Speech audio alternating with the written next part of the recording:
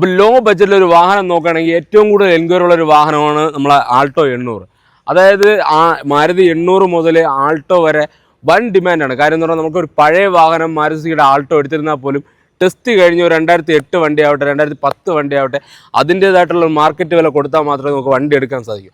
അപ്പോൾ നമുക്ക് ഇന്ന് വന്നിട്ടുള്ള മോഡൽ നോക്കുകയാണെങ്കിൽ 2016 model LXi to VXi convert ചെയ്തൊരു വാഹനമാണ്. വാഹനത്തിൻ്റെ ഓണർഷിപ്പ് നോക്കുകയാണെങ്കിൽ സെക്കൻഡ് ഓണർഷിപ്പാണ്. കിലോമീറ്റർ വെറും 52,000 കിലോമീറ്റർ മാത്രമേ വാഹനം ഓടിയിട്ടുള്ളൂ. പിന്നെ കമ്പനി സർവീസ് കാര്യങ്ങളൊക്കെ അവൈലബിൾ ആണ്. മേജർ ആക്സിഡൻറ്റോ റീപ്ലേസ്മെൻറ്റോ കാര്യങ്ങളോ ഒന്നും തന്നെ ഇല്ല.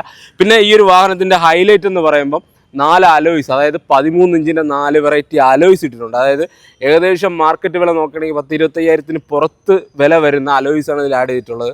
പിന്നെ അത്യാവശ്യം നല്ല ക്ലീൻ ആൻഡ് ക്വാളിറ്റി കണ്ടീഷനിലാണ് വണ്ടി മെയിൻറ്റെയിൻ ചെയ്തിട്ടുള്ളത്. വണ്ടി നമുക്ക് കാണുമ്പോൾ തന്നെ അറിയാം നല്ല ക്വാളിറ്റിയിലാണ് മെയിൻറ്റെയിൻ ചെയ്തിട്ടുള്ളത്. ഫുൾ കമ്പനി സർവീസാണ്. പണ്ടേ ഉണ്ടയായിരുന്ന കാലത്തുള്ള പഴക്കമാ അതുകളാ.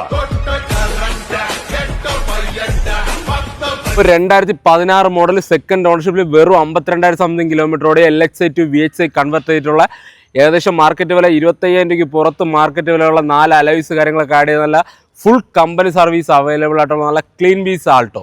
അപ്പോൾ ഈ ഒരു വാഹനത്തിന് ആസ്ക് ചെയ്യുന്ന പ്രൈസ് എന്ന് പറയുമ്പോൾ വെറും 2,75,000 രൂപയാണ്. റേറ്റ് ചെറുതായിട്ട് നെഗോഷ്യബിൾ ആണ്.